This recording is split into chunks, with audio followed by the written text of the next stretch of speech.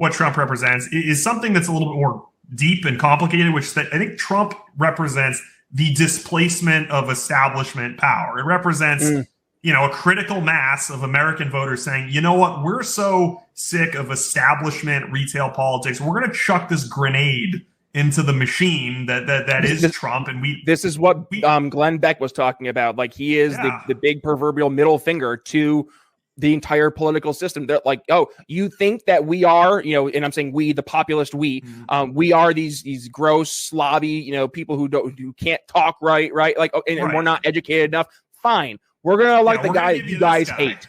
Yeah. Right, exactly. And so I think the way that dovetails into, big law, into the reaction that we're seeing with this story is that if you think about who's in, like, big law firms, it is the American establishment. It is sort of the aristocracy, if you will. And I think when you look at these people, like, they don't just dislike Trump, like, they hate this guy, right? And I think the reason that they feel that way, and the reason that they do, we talked about the revolving door earlier, that elite power structure where you have big law firms, you have high levels of government, people are going back and forth.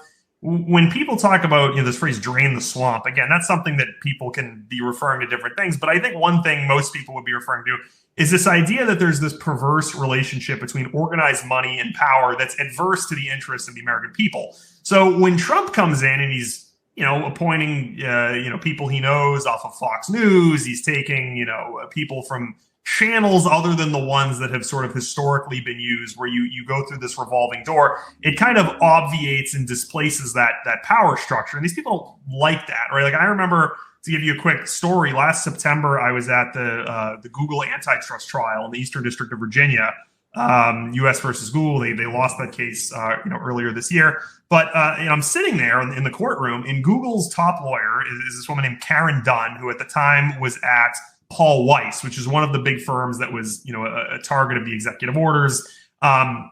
Very early in the case, this was on the threshold of that debate between Kamala Harris and President Trump. She gets up there in the morning, says what she has to say, and the judge says, okay, if you need to go, and there's no recording of this because there's no electronics allowed in the courtroom, which is kind of another debate we can have. But the judge says, okay, if you need to go, you can go. And I'm kind of like, well, where is she going? Like, the trial day is just beginning.